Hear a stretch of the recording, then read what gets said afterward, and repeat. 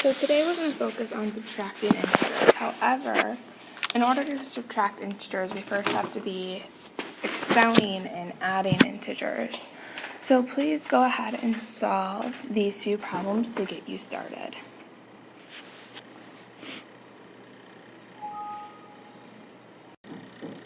So looking at our answers, notice underneath if we had an absolute value, I rewrote it after I figured out what the absolute value of the number was.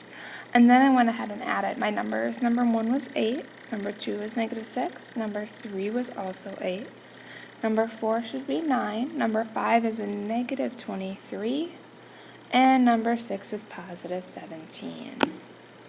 Make sure you completely understand how to add integers, whether they be positive, negative, or a combination, because today with subtraction, we're going to need to have this solid foundation behind us. Here's a link to a YouTube video. What I would like you to do is actually type this in and go to the song. It's kind of a nerdy song, however, it's very catchy, and it's going to help you understand things a little better when it comes to further parts of the lesson. Essentially, the purpose of the song, it says repeatedly, minus a negative is plus a positive. So our first actual slide today says at the top, minus a negative is the same as adding. And now in our song that we just listened to, minus a negative, they said it's plus a positive. And you want to remember that for today when you get to the homework, because subtracting a negative number is the same as adding a positive number. And so if we look at our example down here, it says consider the problem 8 plus 3. Well, we know 8 plus 3 equals 11. We learned that back in first grade.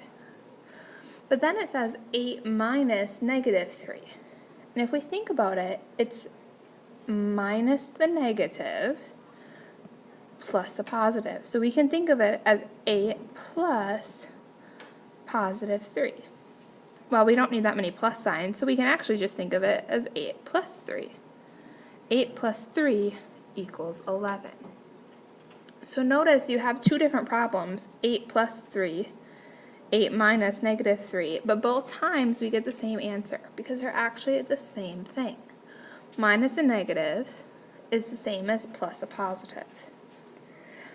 And why we need to know that is because today you're going to see problems like this. You're going to have -27 minus -6. When you have a negative number out front, we need to understand what's going on. So we look here, we have -27 minus -6. I know minus the negative is the same as plus a positive. So this problem is actually saying -27 plus +6 or plus 6. And from here we use our rules from last week. 27's bigger, so my answer is negative.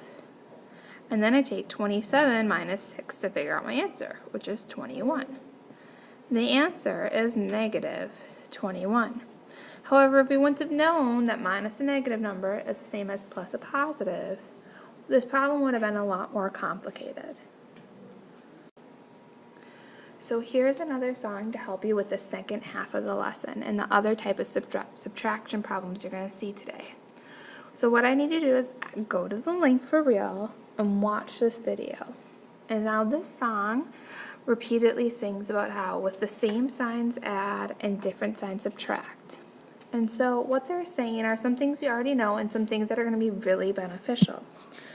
They're saying that if you have 6 minus -6, these are the same sign, we know it's really adding. And we actually did that in the last song. It's the same as 6 plus 6. Also, here's the adding so you can see it a little better. That's if we have the same sign. Now they're saying if we had different signs, if we had 6 plus -6, then it's just subtraction. These are different signs. You can think of it as 6 minus 6. You might also see 6 minus positive 6. Different signs, it's just subtraction. Either way, you get 0. So when the signs are next to each other, that's when we consider them if they're the same or different. And so where this comes in beneficial, here our notes say we can add a negative number, and when we do so, it's the same as subtraction.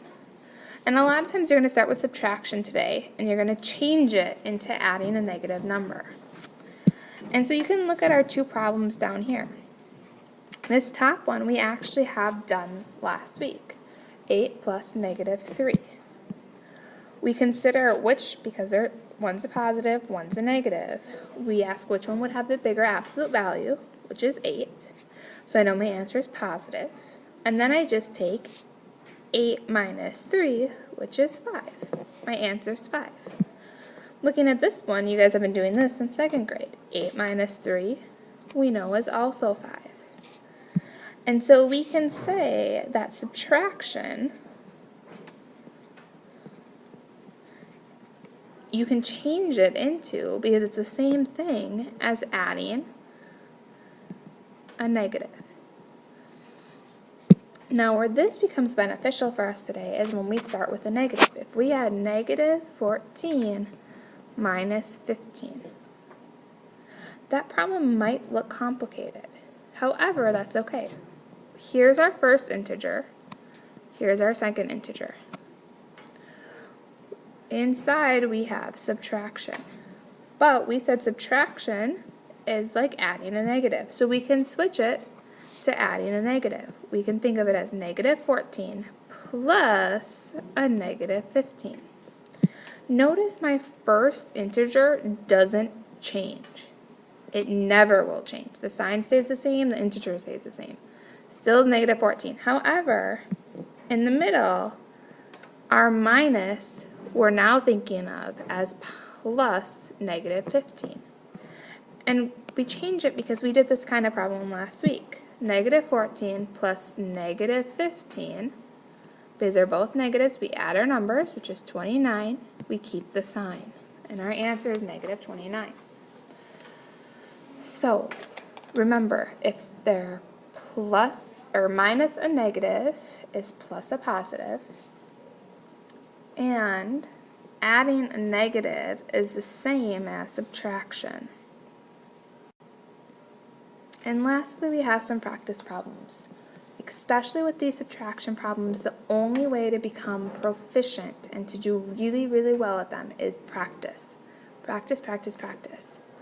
And to make it easier on us today, you want to take a subtraction problem, okay, and turn it into an addition problem of some kind.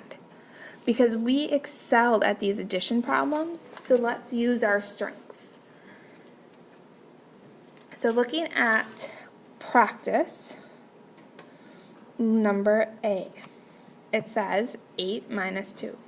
Well, that's just subtraction. We know how to take 8 minus 2. 8 minus 2 is 6. Our next problem, B, says 4 minus 9. We can't exactly take 4 minus 9. However, we can change it into an addition problem. Subtraction is the same as adding a negative. So 4 plus negative 9, we can use what we learned last week. The negative 9 has the bigger absolute value, so my answer is negative. And 9 minus 4 is 5. My answer is a negative 5. Letter C is negative 3 minus 7. Don't quite know what to do here. However, subtraction is the same as adding a negative. So I can think of it as negative 3 plus negative 7. Well, we know what to do here because we did it last week. When we have two negatives, you add the numbers. 3 plus 7 is 10. Keep the sign. Because they're both negative, our answer is negative 10. And then for part D, we have -9 minus -2. So remember, we don't care about the -9. That's never going to change. However, minus a negative is the same as plus a positive. So we can think of it as +2. This takes us back to last week. It's like letter B. -9 has the bigger absolute value, so my answer is going to be negative. And 9 minus 2 is 7. So my answer is a -7.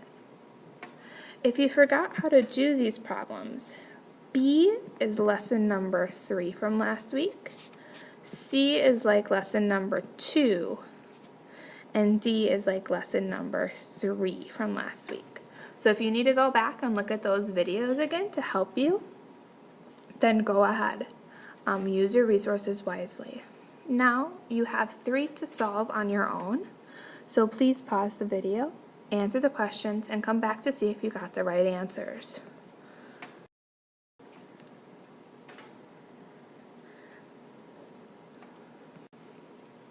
So looking at my answers, notice our first integers, most importantly, don't change. -2 stays -2. 11 stays 11. -10 stays a -10. We never touch that first integer. We don't change its sign ever. What we look at are those middle signs. So here we have minus -5. Minus a negative is the same thing as adding positive, so it's really +5. We have -2 plus 5, which gives us +3. Part B is 11 minus -8. Minus a negative is the same as adding, so we really have 11 plus 8, which is 19. And part C, we have -10 minus -4. Minus a negative is the same as adding. The first part doesn't change though. -10 stayed -10 plus 4, and it gives us -6.